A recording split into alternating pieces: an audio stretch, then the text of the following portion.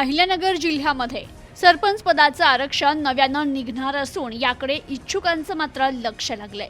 गाव पातळीवरील राजकारणात महत्त्वपूर्ण असणाऱ्या सरपंच पदाचं आरक्षण आता पुन्हा नव्यानं जाहीर केलं जाणार आहे। 23 आणि 24 जुलै रोजी होणाऱ्या आरक्षण सोडतीकडे इच्छुकांचं लक्ष लागलंय। ग्रामपंचायतींच्या निवडणुकीपूर्वी सरपंच आणि उपसरपंच पदाचं आरक्षण जाहीर केलं जातं। त्यानंतर ग्रामपंचायतींच्या पदाधिकाऱ्यांचा कार्यकाळ संपल्यानंतर निवडणुका घेतल्या जातात। 2 महिन्यांपूर्वी अहिल्यानगर जिल्ह्यातील ग्रामपंचायतींच्या सरपंच पदांचं आरक्षण जाहीर झालं होतं। त्यावेळी सुटलेल्या आरक्षणानंतर अनेकांचा हिरमोडही झाला होता। काही जणांमध्ये आनंदाचं वातावरण होतं।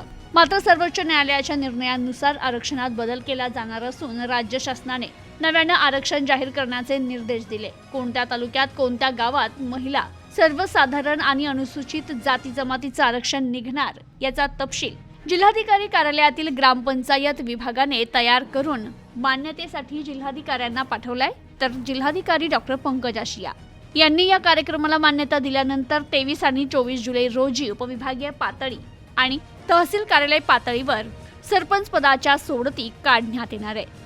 Bureau report, news today 24, Ahilyanagar.